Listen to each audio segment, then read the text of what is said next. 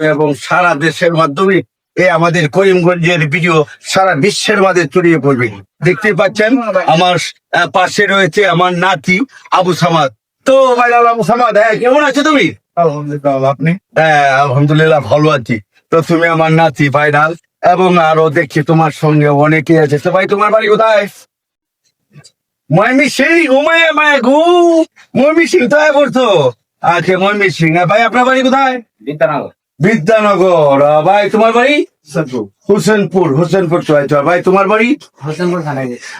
তো আসলে হোসেনপুর, ময়মনসিংহ এবং সব মিলে আমাদের বৃহত্তম ময়মনসিংহ, আমাদের যে আবু সামাদ সদকারী, আমাদের যে বৃহত্তম ময়মনসিংহ এবং কিশোরগঞ্জের নয়, সে সারা বিশ্বের রেকর্ড।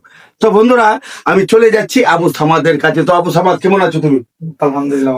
ভালো আছো না? তো হঠাৎ করে তুমি আমাদের এই যে করিমগঞ্জ উপজেলায় একটি দোকান নিলা, উদ্দেশ্যটা কি যদি একটু বলো? উদ্দেশ্য হলো একটাই যে ব্যবসা বাণিজ্য করতে হবে, ব্যবসাকে আল্লাহ হালাল করছে, ব্যবসা বাণিজ্য করে খাইতে হবে, এরই উদ্দেশ্য।